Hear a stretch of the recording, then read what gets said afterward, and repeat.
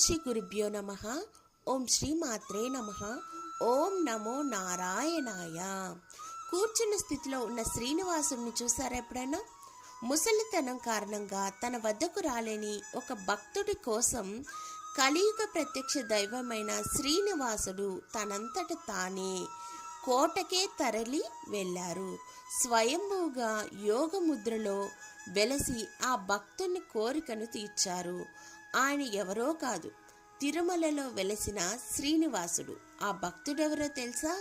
స్వామి ఎక్కడ వెలిసారో తెలుసా?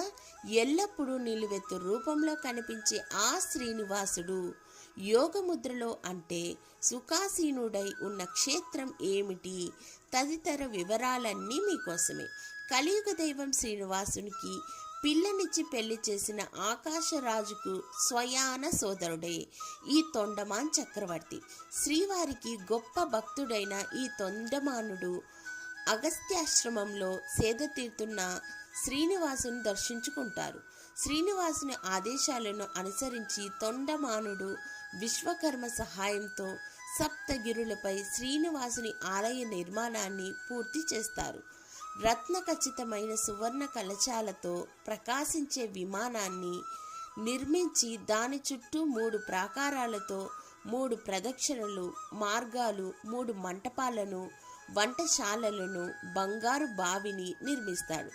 ఇలా ఆలయ నిర్మాణం పూర్తయిన తర్వాత ప్రతిరోజు తిరుమలకు వెళ్ళి తొండమానుడు శ్రీ వెంకటేశ్వర స్వామిని దర్శించుకొని వచ్చేవాడు. శ్రీవారి దర్శన అనంతరమే రాజ్య వ్యవహారాలను చూసుకోవడం అలవాటయింది. ఒక రహస్య సొరంగం మార్గం గుండా ప్రతిరోజు తిరుమలకు వెళ్ళి వచ్చేసేవాడు. కాగా కాలక్రమంలో ముసలితనం కారణంగా తొండమానుకు తిరుమలకు వెళ్ళలేకపోయాడు.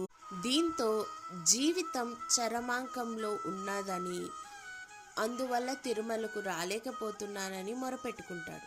దీంతో తన ఇంటినే స్వామి వెలిసి ఉండాలని ఆ కలియుగ దేవుణ్ణి వేడుకుంటారు. తొండమాన్ చక్రవర్తి భక్తికి మెచ్చిన శ్రీ వెంకటేశ్వర స్వామి తొండమాన్ ఇంటిని స్వయంభూగా ఉద్భవించారు. ఒక చేతితో యోగముద్ర, మరో చేతితో అభయహస్తం కలిగి ఉండటంతో పాటు శ్రీదేవి భూదేవి సమేతుడై ప్రసన్న వెంకటేశ్వరుడుగా దర్శనమిస్తాడు.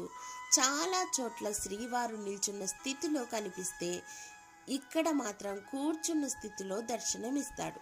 ప్రపంచంలో ఈ స్థితిలో వెంకటేశ్వరుడు భక్తులకు దర్శనమిచ్చేది ఇక్కడ మాత్రమే. ఇక ఈ స్వామివారిని దర్శిస్తే సకల శుభాలు కలుగుతాయి. భక్తులు విశ్వసిస్తారు, అలా దర్శిస్తే శుభాలు కలుగుతాయని. ఇక్కడ తామరగుంట పుష్కరిణి కూడా ఉంది. తిరుమలలోని ఆకాశగంగా, కపిలతీర్థం జలపాతాల నుండి వచ్చే నీటిని కాలువల ద్వారా తొండమానులోని తామరగుంట పుష్కరిణిలోకి మళ్లిస్తారు.